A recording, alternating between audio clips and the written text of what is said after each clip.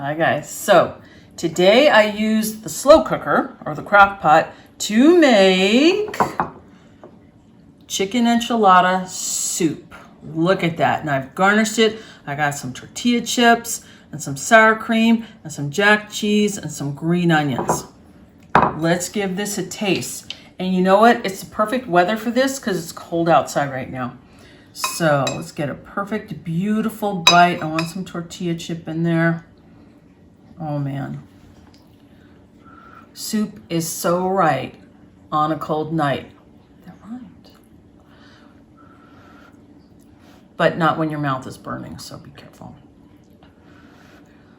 Here we go. Let's give it a whirl.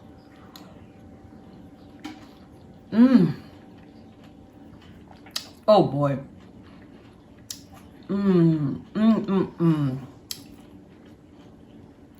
It's hot without being crazy hot. Spicy, I mean.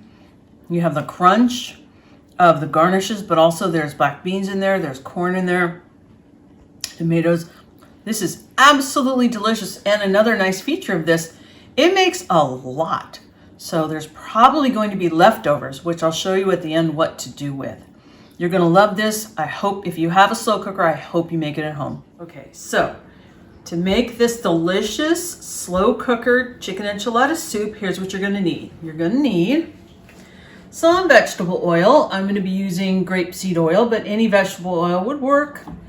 1 onion, a jalapeno, some garlic cloves, some spices. I'm going to be using chili powder and cayenne pepper a little bit, and also cumin. We're also going to need a can of diced tomatoes. Petite diced tomatoes just means the pieces are cut really small. That's fine. 2 small cans of tomato sauce, or these are 8-ounce cans. You could use 1 15-ounce can of tomato sauce. Chicken broth. A can of whole corn, which I will drain out. A can of black beans, which I will drain out and rinse off. Pepper, salt, and also over here some chicken. I'm going to come back and talk about just the chicken to tell you the ins and outs of that. Oh, and also we're going to need this guy, the slow cooker. Yours may not look exactly like this one, but as long as it's a slow cooker, that's fine. And you know what? Most Instant Pots are slow cookers as well. All right, we'll come back. All right, so we're going to talk about the chicken that I used to make this soup. I'm going to be using chicken thigh, boneless chicken thighs. Now, take a look down here. So I have my board, and I did cut my onions, I did cut my garlic, I did cut my jalapenos already.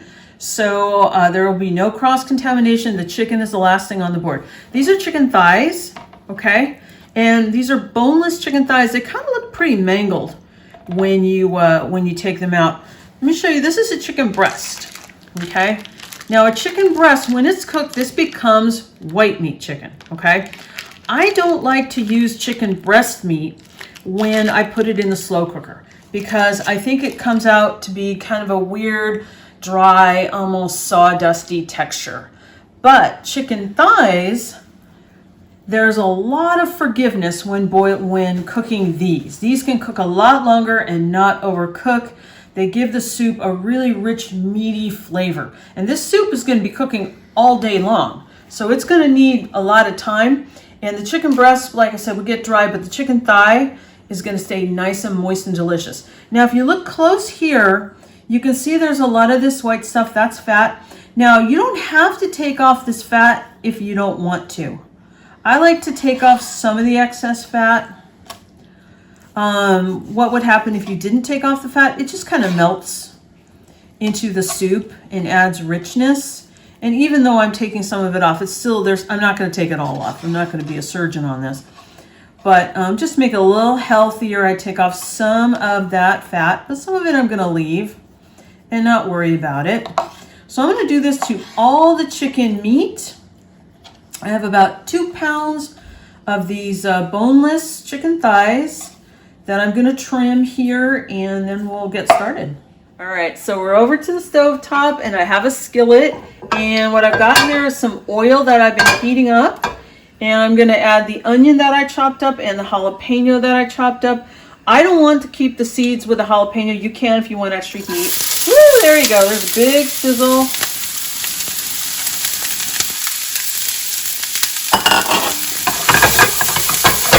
All right. We're just going to cook these guys.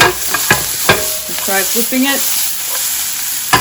We're going to cook these guys until they're nice and soft. See that steam coming up? That means the onions are giving up their water. That's good. We're just going to cook these until they're tender. Now you might think, why do we have to do that? Why do we have to use the stove top at all? Why can't you just throw the raw onions and the raw jalapenos right into the slow cooker? Well, because the flavor is different when they're cooked. If you throw them in raw, they're not going to have that deep, rich cooked flavor. They're going to still taste a little raw, even though they've been slow cooking for all day. So that's why we're doing this. We're going to come back in a few minutes when they have softened up and cooked a little bit. Okay, so take a look at my onions and my jalapenos. If you get close, you can see there's a little browning that started. Also, I forgot to mention, if you were to put these raw into the slow cooker, they would still be crunchy. Whereas this makes the onions and the jalapenos much softer. Now what I'm going to add is all my seasonings. My seasonings, that was chili powder, cumin, cayenne, salt, and pepper. Ooh, and this step is actually called blooming the spices. You get a lot of really good flavor if it's just the spices in there with your oil and your vegetable. So we're only going to stir this for about 30 seconds. You should smell it in here. I mean, as soon as the spices hit the pan, you really get that rich chili smell coming out. Okay, this is looking good, so I'm going to add a few more things. Stay there. I'm going to add the diced tomatoes, and I'm not going to drain out the can. In they go. There's a lot of noise. That's okay. Tomato sauce number 1.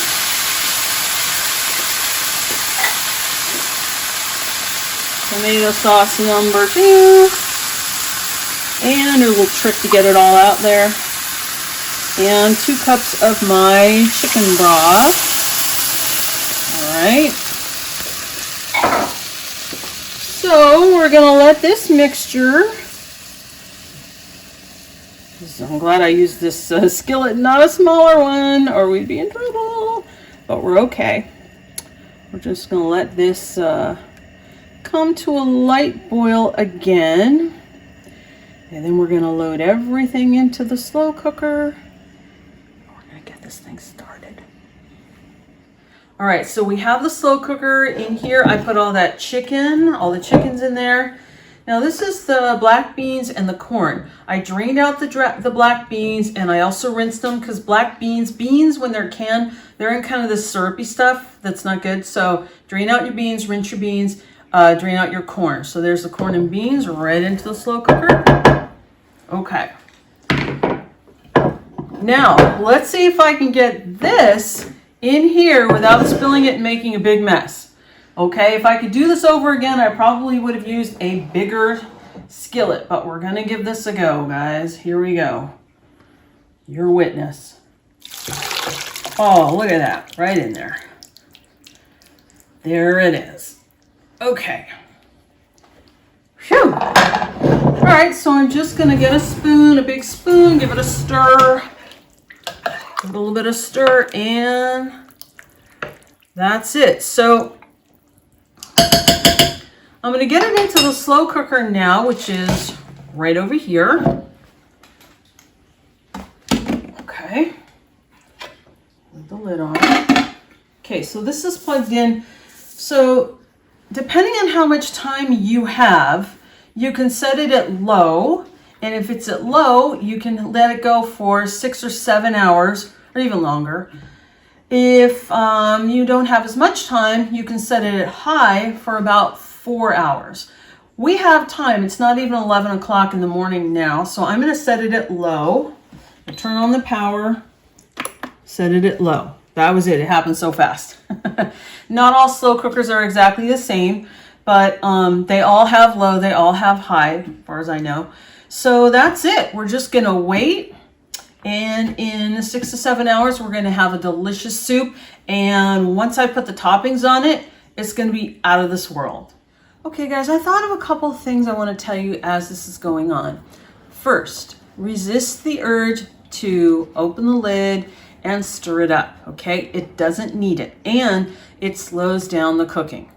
So don't do that. Let it be as is. Another thing, that was kind of a lot of work that I just did here, especially if it's a busy morning. Now for me, today it's Sunday, so I have time today. But let's say you wanted to do this on a weekday. Not everybody has all the time in the morning to cook the onions and the jalapenos and do all that. So sometimes what I do when I make this is I get all the prep ahead, I put everything in the slow cooker, and then I take just the insert and I put it in the refrigerator. Okay, not the whole machine, but just the insert where all the food is, and I put it in the refrigerator overnight. Then in the morning when I get up, I take it out of the fridge, I put it into the slow cooker, and I get it going. And when I do that, I usually add an hour to the cook time to compensate for the fact that it was in the refrigerator. So there you go, a couple of little facts for you. Okay, so the soup has been in the slow cooker since about 11, and it's a little after 5 now. So you can see everything is wonderfully blended. You see the beans, the corn, the tomatoes, and the chicken. Now the chicken is still in big pieces. So what you need to do here is break it apart. Oh, look how easily that breaks. How easily that comes apart. Break the chicken up just with a couple of forks like that. So you have bite-sized pieces. This will take you a few minutes to do. Do that. And I will finish doing that. But in the meantime, very, very, very important step always with cooking. Before you decide you're done, you have to taste it to see if it needs more salt. If it tastes bland, if it just doesn't jump out at you, the flavor just doesn't jump out at you, it needs salt. Salt brings all the other flavors to life. It doesn't make things taste salty unless you put in a ton. It makes all the other flavors come to life. It's very hot.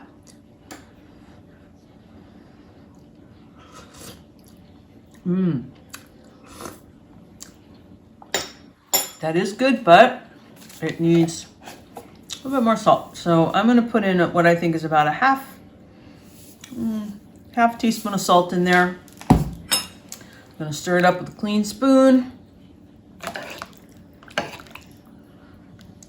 can see the lots of chicken in there. I still got to shred it up. Okay. Let's take another taste of it. Clean spoon. And see what we think. You can always add more salt, but you can't unsalt something. So don't go overboard when adding salt, because then you have a whole lot of soup messed up if you mess it up, and you don't want that.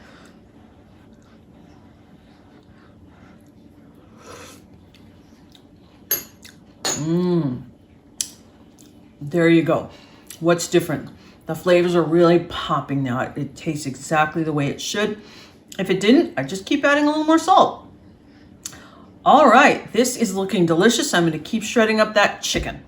All right, so we had the soup. It was delicious, but as you can see, there's leftover soup.